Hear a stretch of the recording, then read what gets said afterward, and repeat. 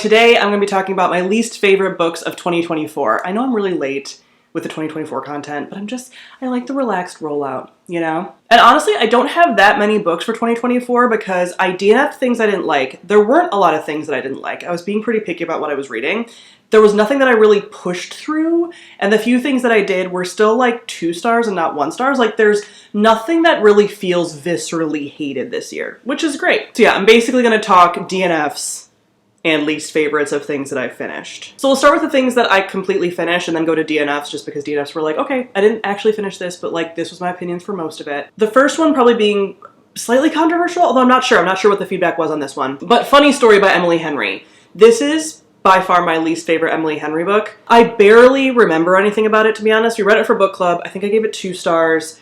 It really didn't grip me. There was like, I remember one part being a little bit like, ooh, but mostly it was like the, I couldn't tell you the characters' names. I can kind of tell you their personalities. It was 2 characters whose like fiance / long-term partners left for the other one's partner. So then they sort of try to do like a fake dating thing that doesn't last very long as like revenge, but then that doesn't really sustain very long. And it just didn't seem like a couple that like would stand the test of time at all. I didn't like it. It felt different from a lot of Emily Henry's other stuff. It felt like she does so well with like writer characters, which one of the characters might have been a writer, but she does so well with like my favorites from her are Book Lovers and Beach Read. And I like Happy Place a lot too, but that's mostly for the friendship dynamics. And that I like a second chance romance like that, and second chance in a way that like no one's super like fucked up and did something horrible. It was just like there was some miscommunication, they drifted apart, whatever. Anyway, Funny Story. I didn't like it. And it's extra disappointing because I do love Emily Henry. Like, it was good enough to keep reading it just because Emily Henry's a decent writer, and I was reading it for book club, but like, if this was anyone else, would have been like, this is bad and I'm stopping. So, yeah. Another disappointment because it had so much potential was Honey Witch by Sydney J. Shields. It's J, right? Yeah. This is a standalone sapphic cottagecore kind of witchy romance, and the first part of it lived up to that like cozy romance like vibe. She figures out that she's a witch. She goes and trains with her grandma on this like witchy island. It's super magical, very naturey. There's bees, which if you know me, I just like really love bees, and all of that, and that was all great vibes, like helping the local people, and then all of a sudden it switches to like high tension, like really out of nowhere stakes, and it just like did not work for me. It felt like 2 completely separate books. The editing needed to happen, and there were like 2 editors on this, which I was like, oh my god. There needed to be like way better developmental edits on this, and it just didn't work. And there was some like obliviousness of characters, and yeah, like I gave it 2 stars because the first part I really liked. If like the whole book was just the first part, we actually did a whole discussion of this because this was also a book club book talking about what we would change to make better. So I'll link that on the screen as far as our live show if you're interested in thoughts, because we were like, we could rewrite this and make it really good. But yeah, there was just some things about it, but it should have been perfect for me. Like witchy, cottagecore, cozy, sapphic. I wanted to love it more than I did, even though like the romance was very like, they're being kind of pointed at each other for reasons. Like it just didn't make sense. So yeah, wanted to like this, didn't. Super bummer. Then we have Medusa's Sisters by Lauren J. Hebert. This was just like fine. I mean, it was one of my least favorite of the year. Like it stood out as least favorite, but it was also like a 3-star. It's one of those like Greek mythology retellings. It's following a character that you don't know a ton about. In this case, it's Medusa's sisters. Medusa's kind of haunting the narrative because she doesn't actually have perspective, but there were things about the way this was written that were just like, yes, it gives them additional perspectives, but it felt like there wasn't necessarily a lot of agency for some of the characters, or like characters made big personality flips like right at the end in a way that I was like, you had a lot of time, you could have built up to that. Like some of that. So again, it was just like fine. It was in the middle. You know, I didn't completely hate it, but it was one that when I was thinking about my year of reading, I was like, oh, that was kind of like, nah. And I felt very similarly about Shield Maiden by Sharon Emmerich? I don't actually know how to say her name.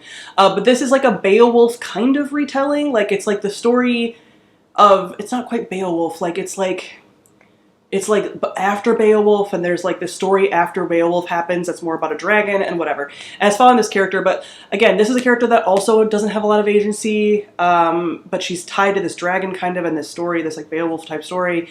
And it just like, again, it was like fine. There was like a romance element to it, but there was just like a lot of misogyny and like abuse of her in a way that I was like, I don't want to really be reading about this. And like, it's true of the times, sure, but it was just like, okay.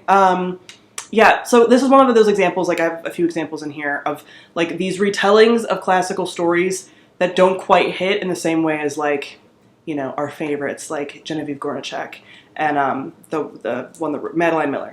Like, you know, it's sort of trying to fall in this like retellings category. It isn't quite executing. So yeah, this was also like fine. I think I gave it like 2.5 or 3 stars, but just like very mediocre. Then we have 2 books by Saara El-Arifi, which is where I think I'm just gonna like put down Saara El-Arifi.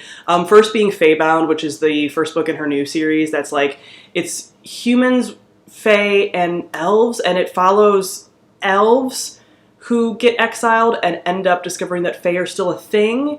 And then there's like romances between like elves and the fae and whatever. And that's like all I remember. I read it towards the beginning of the year, and it was just like Saara El-Arifi does a really good job, I think, of setting up like cool world things, but then she like adds too many like layers, and you're just like, and then she loses track of it. Like she just adds too many balls to the juggling and then like drops some. And it just is very unsatisfying in that way. So I felt like the romances in here were not super believable. And it hinges a lot on romance. Like it's not quite romantasy, but almost. And is very heavily romance tinged, and I don't super love her romances thus far that I've read. So yeah, like, again, I've forgotten so much of it that I couldn't even tell you what it was about because it was so not memorable for me. And then Ending Fire was the final book in the Ending Fire series. And it was just a very weak finale. I've talked about it a number of places now, but the final strife for the first book in the series was really good. And then she, again, expanded so much and had so many threads and expanded the world so quickly that we couldn't get invested in those extra pieces, couldn't get invested in the characters. There was a couple romances in there too that she added in that I was like, I don't know these people. So it's just like she adds too much and it just gets kind of like lost in the sauce. So this was also like a 3. There were parts of that I liked because that's like a sort of fantasy revolution type story. But again, there's just like, it's not tight enough for me. Like there's just so many loose threads, and I don't like series that do all the loose threads, and not in a like satisfying, intentional, bittersweet way, like a I think you've forgotten some things way. Then I'll talk about my DNFs really quickly. I had 4. First is The Dragons of Deepwood Fen by Bradley Baleo. This is the first book in a new fantasy series. He's the guy that wrote The 12 Kings and Shirakai, which is a series I really like and need to continue. But this was basically just like about dragons and stuff. Here's the thing. I read, how many pages did I say I gave it? I read 103 pages of this, so I gave it a solid try. And my notes on this were that it was slow, it wasn't really gripping me, and there's too many characters. So there's like too many POVs, and from what I remember, they didn't necessarily feel distinct enough or like memorable enough to keep going. Like no one was hooking me as far as like, this is sort of like a political intrigue book, and the political intrigue was not hooking me, which is wild because his other series, like I love all the political intrigue stuff and like some of the different POVs that we follow, and in this I just wasn't. So it's something that if a lot of people read it were like, it gets so much better, I would maybe try it, but I don't think so. Then I read Lore of the Wilds, and I almost finished this one, and this is one that I might go back to because I hear some people did like it. Like at the end, like some things at the end fix some of the things that I didn't like, but also I don't think you should have to get to the end for that to happen. I don't know. I read 229 pages of this, and I think it's a 300-something page book. My notes say that this was unbelievable romances, which I do remember, that there was like some love triangle-y romance stuff that which was like, this is coming out of nowhere. There was a second love interest introduced 70% of the way through, which I don't love. I was like, what is happening? I didn't really care about the plot, but the world was really cool. So from a few people who have mentioned this to me, like I mentioned these things to them and they were like, oh, those things get fixed like at the very, very end. And I'm like, is it worth it? Because it's really cool. Like it was, I think she's a human and she goes into like the Fae world. Or like she gets trapped in the Fae world. Again, I read this in the very beginning of the year, I want to say. Oh no, I read it in June, but still June was a long ways away in my brain. And so she's in the Fae world and they're using her to like translate, like none of the Fae can go in this certain like library area. And so they're using her to like translate things. So there's like magical books and stuff, but it seemed like they weren't paying that much attention to that. And then like one of her guards is who she's sort of falling for. And then a new guy comes in and I forget if he's royal or something. I forget at the end. But it's sort of like you have this love interest that was like very insta-lovey, and then you have this guy who feels enemies to lovers-y, and it just felt like very tropey. But the world itself, like all the Fae world, all of the, like again, Lore of the Wilds, like the cover of this is so like me, and very like nature magic Fae stuff. Like all of that I remember being really cool. So I'd be willing, like if you guys have read this book, and from what I'm saying, you're like, oh yeah, no, these things are actually genuinely fixed, let me know. Because again, I got like so far in. I got like 75% of the way in. So I would still have to reread it. But yeah, it just still felt like the unbelievableness of it all. It was still to be skeptical. But yeah, that's why that was a DNF. Then I also DNF'd The Sun and the Void by Gabriela Romero Lacruz. This is a book that had a ton of controversy around it too, but I did get a decent chunk into this as well. All these books I read like a decent chunk before DNFing. Got 194 pages. It is like a 500-page book though, but like I got a decent way in. I have a lot of notes for this one. What I said, lots of dense, confusing world building with names and a number of different elements that are interesting, but needs heavy editing.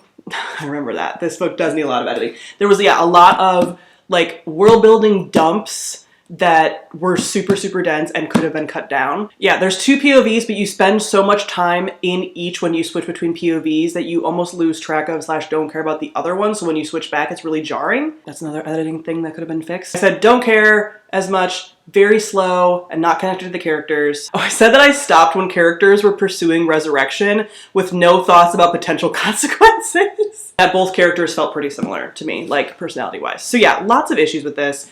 But again, a lot of people also had issues with this for various reasons. So yeah, I wanted to still try it though. Like I'd heard some like sort of mixed things about also just like trying it. And I'd had it on my shelf for a minute, and it's like sort of Spanish Inquisition adjacent inspired. Like there's a lot of different influences. Anyway, it's very dense. And yeah, I remember the resurrection point. They're trying to do resurrection, but like they're like not thinking at all. Like people just doing casual resurrection to me like doesn't really work. Like you can, I love a necromancy, right? I love necromancy. Think about your necromancy. Consider it. That's wild, man. So yeah, that just didn't work for me. And lastly, my last DNF was Starter Villain by John Scalzi. This one was just, I knew it was going to be mediocre. I probably would have ended up being a 2 stars if I finished it. I got 137 pages in though. This was supposed to be for book club, but like none of us finished it. Maybe Connor did. But it felt very similar in setup to the Kaiju Preservation Society, which I really liked by him. But it was basically like the Kaiju Preservation Society was dude discovers secret world where like, or secret part of our world where kaiju are a thing, and like it's sort of like an alternate reality thing, and he's taking care of kaiju. This one was dude discovers supervillains are real and gets entered into that world and gets introduced to it. And it was like the same story beats for a different backdrop.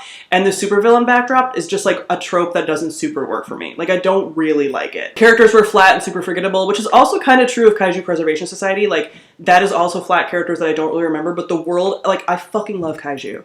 I like a Pacific Rim, right? Like I'm not even necessarily a super huge Godzilla fan, but the idea of kaiju is just very rad, and I like it. Where supervillains, I'm just kind of like, okay. Like it feels just like a little tired, and yeah, I just wasn't really interested. So it just kept being like the same beats of like, here's this thing about supervillainy that felt very similar to like, here's this thing about working with kaiju, and it's just like, I don't need to do this again. I'm fine. So I DNF that one as well. But yeah, those are my least favorite books of 2024. I'm happy that none of them were like, yeah. Like we had no Fourth Wings or Vampire Academies or Beautiful Disasters, right? This year, which is great. I think this is my first year of not having like anything that I viscerally hated, which I love. But yeah, comment down below. Let me know some of your least favorites of 2024. And I think this is the end of the 2024 stuff, and all the rest is going to be 2025 goals and beyond. We are through the 2024 wrap up right at the end of January. Anyway, thank you all for watching, and I'll see all of you guys soon. Bye!